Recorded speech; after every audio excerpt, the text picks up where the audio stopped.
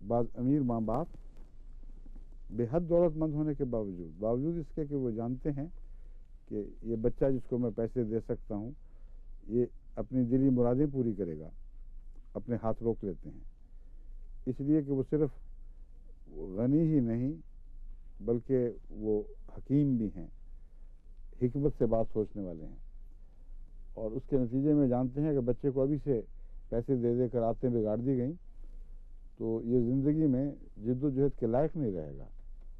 اس کو مفت کا مال جو ماں باپ سے ملتا ہے وہ استعمال کر کر کے رفتہ رفتہ یہ نہیں پتہ ہوگا کہ کمایا کیسے جاتا ہے اور اس کی قدر کیا ہے۔ بس اس پہلو سے وہ انسانی فطرت کا مطالعہ کرنا چاہیے اور غور سے کرتے رہنا چاہیے کہ ہم کیا کرتے ہیں، جو ہم کرتے ہیں ہم ایک دوسرے کے لیے پسند کرتے ہیں، خدا نے اگر اپنی فطرت پر پیدا فرمایا تو وہ بھی تو ایسا ہی پسند کرتا ہوگا۔ شرط یہ ہے کہ اپنی فطرت کو خدا کی فطرت کے ساتھ ہم مزاج رکھنے کے لیے جس کوشش اور حفاظت کی ضرورت ہے وہ آپ کا فرض ہے۔ یہ مراد نہیں کہ اپنی فطرت بدل چکے ہو، مسخ ہو چکی ہو، اور پھر کہیں کہ اسی فطرت پر جو آپ نے مسخ کر دی ہے اللہ آپ سے راضی ہو، یہ نہیں ہوگا۔ خدا کی عطا کردہ فطرت جو بچپن میں ایک معصوم بچے کے طور پر آپ نے اس طرح آپ کو عطا فرمائی کہ ماں کے پیٹ سے وہ فطرت لے کر باہر آئے، اس کی حفاظت کریں، پھر اس پر غور کریں۔ آپ کو معلوم ہوگا کہ کہاں آپ ہاتھ روکتے ہیں تو وہ نہ کنجوسی ہے نہ غضب ہے، بلکہ اس میں کچھ مفاد وابستہ ہے۔ پھر آپ بچے کو اسکول جانے پر مجبور کرتے ہیں، روتا پیٹتا ماریں کھاتا، کہتے ہیں نہیں میں نے بھیج کے چھوڑنا ہے۔ بعض مائیں زیادہ سختی کر جاتی ہیں، وہ کیوں کرتے ہیں؟ بچے کو تو اپنی بھلائی اس میں نظر نہیں آ رہی، پھر بھی وہ آپ سے راضی رہتا ہے، کیوں رہتا ہے؟ یہی آپ کا سوال ہے کہ میں خدا سے کیسے راضی ہوں، اس شریف بچے کی طرح راضی ہوں جس کو نہیں سمجھ آتی کہ یہ میرے حق میں اچھی چیز ہے لیکن پھر بھی راضی رہتا ہے۔ اس کی وجہ یہ ہے کہ آپ کا عمومی سلوک جو بچے کے ساتھ پیار کا ہے، اس لیے اس سلوک کی وجہ سے اس کو یقین آپ کی ذات پر ہی ہے۔ بس اللہ تعالیٰ کی طرف سے جب بعض باتیں قبول نہ ہوں، بعض تکلیف دہ چیزیں پہنچیں جن کی حکمت آپ کو سمجھ نہ آئے، اس صورت میں وہ یقین ہی ہے جو فیصلہ کرے گا کہ آپ خدا کی رضا پر راضی ہیں یا نہیں ہیں۔ اگر وہ یقین کمزور ہے، اگر آپ نے کبھی غور ہی نہیں کیا کہ اللہ تعالیٰ کے آپ پر کیسے کیسے احسانات ہیں، اگر اپنی آنکھوں، کانوں اور اپنے دماغ، اپنی حسیات پر غور نہیں کیا، کائنات کو خدا نے کس طرح پیدا فرمایا اور کتنا آپ خدا تعالیٰ نے آپ کے لیے باریک در باریک غور فرما کر بہت سی چیزیں مہیا فرمائیں، یہ جب تک آپ ان باتوں پر غور نہیں کرتے اس وقت تک آپ کو حقیقت میں خدا تعالیٰ کے احسانات کا شعور نہیں ہو سکتا۔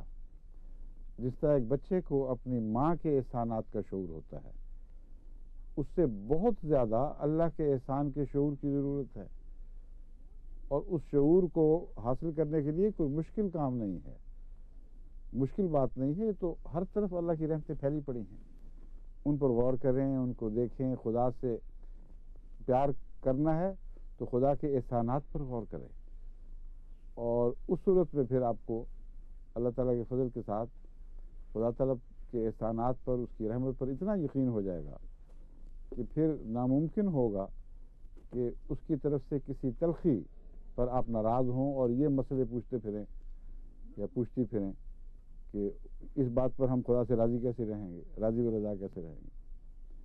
اس کی ایک مثال ایک بادشاہ کی مثال ہے۔ سلطان محمود جو مشہور مسلمان بادشاہ گزرے ہیں، غزنی سے تعلق رکھتے تھے، ان کا ایک بچپن کا ملازم تھا جسے یعنی اس سے بچپن سے انہوں نے پالا تھا، اس کا نام ایاز تھا۔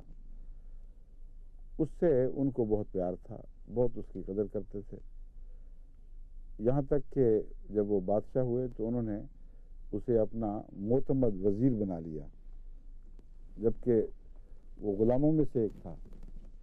حالانکہ بڑے بڑے دوسرے صاحب علم، صاحب ذوق، متمول، باثر، بارسوخ، بلند مرتبہ خاندانوں سے تعلق رکھنے والے دربار میں تھے، ان کی کوئی کمی نہیں تھی. تو محمود نے ایاز سے جو اتنا پیار کیا تو اس پر کچھ جیلسی پیدا ہوئی، کچھ لوگ حسد میں مبتلا ہوئے. ان کے متعلق کئی روایتیں آتی ہیں.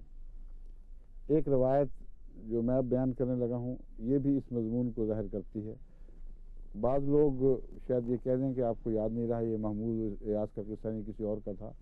ان باتوں کو چھوڑیں، جس کا بھی ہو یہ ایک سبق آموز واقعہ ہے، بس اس کو اس طور پر لے لیجیے.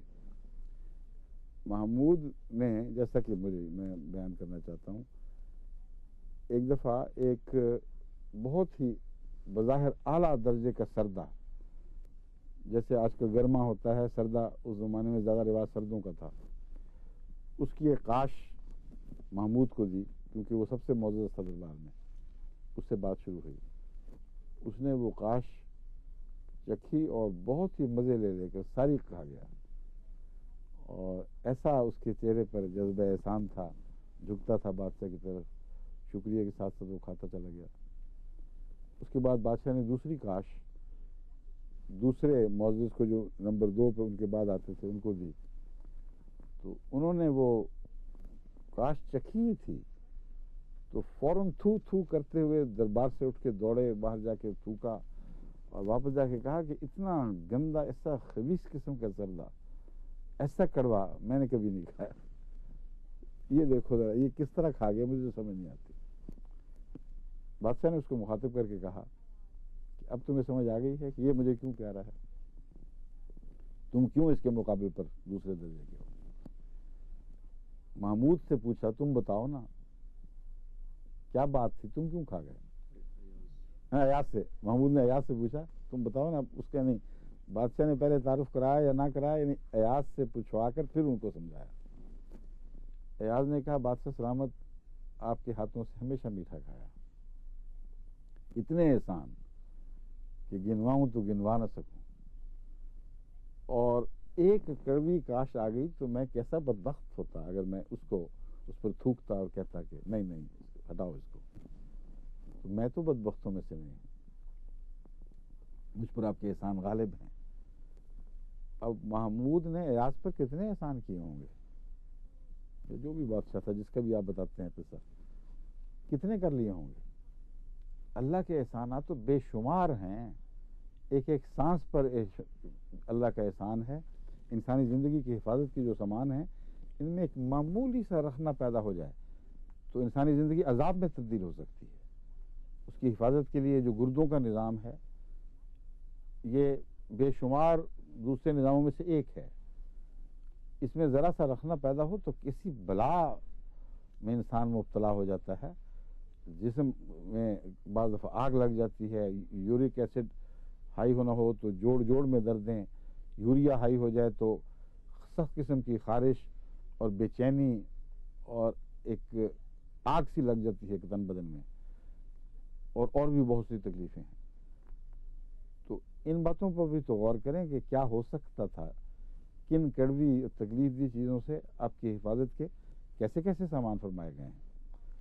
پھر چھوٹے چھوٹے واقعات پر یہ دماغ لڑانے کی ضرورت ہی نہیں رہتی کہ اس کے پیچھے کوئی حکمت تھی کہ نہیں. اگر آپ ویسے اپنے آپ کو راضی کرنے کی کوشش کریں جو ضرور حکمت ہوگی، تو یہ ایک کم فہمی کا طریق ہے. اس طرح منطق سے راضی نہیں ہوا کرتے لوگ. بچے کب منطق سے راضی ہوتے ہیں؟ اپنے بچوں کو منطقی دلیلیں دے کے راضی کرنے کی کوشش کر لیں، کبھی آپ کو کامیابی نہیں ہوگی. محبت کے غلبے سے دل راضی ہوا کرتے ہیں. اور اللہ تعالیٰ کی رضا کو اگر حاصل کرنا ہے تو اس کے محبت کے غلبے کے تلے اپنے دل کو بچھا دیجیے. پھر آپ دیکھیں گی کہ آپ کو کبھی اس کا وہم بھی نہیں آئے گا کہ فلاں دعا نہیں پوری ہوئی، فلاں تکلیف پہنچی تو میں خدا سے حکمتیں طلب کروں کہ بتا آخر اس میں کیا حکمت تھی، یہ چھوٹی سی معصوم بچی کیوں ایسے پیدا ہو گئی، مجھے ہی کیوں چن لیا گیا. یہ سارے جھگڑے برابری سے شروع ہوتے ہیں اور محبت کے مضمون پر جا کر ان کی حد ختم ہو جاتی ہے، آگے نہیں بڑھ سکتے۔ بس اپنے تعلقات کو اللہ تعالیٰ سے درست کریں، تبھی آپ رضا کا معنی سمجھیں گی، تبھی آپ کو اللہ تعالیٰ کی طرف سے رضا عطا ہوگی۔ اور جب رضا میں ایک دفعہ داخل ہو جائیں تو پھر یہ کڑواہٹیں بالکل بے حیثیت سی ہو جاتی ہیں، پھر ہر زندگی کے ہر لمحے کا لطف ہی اور ہو جاتا ہے۔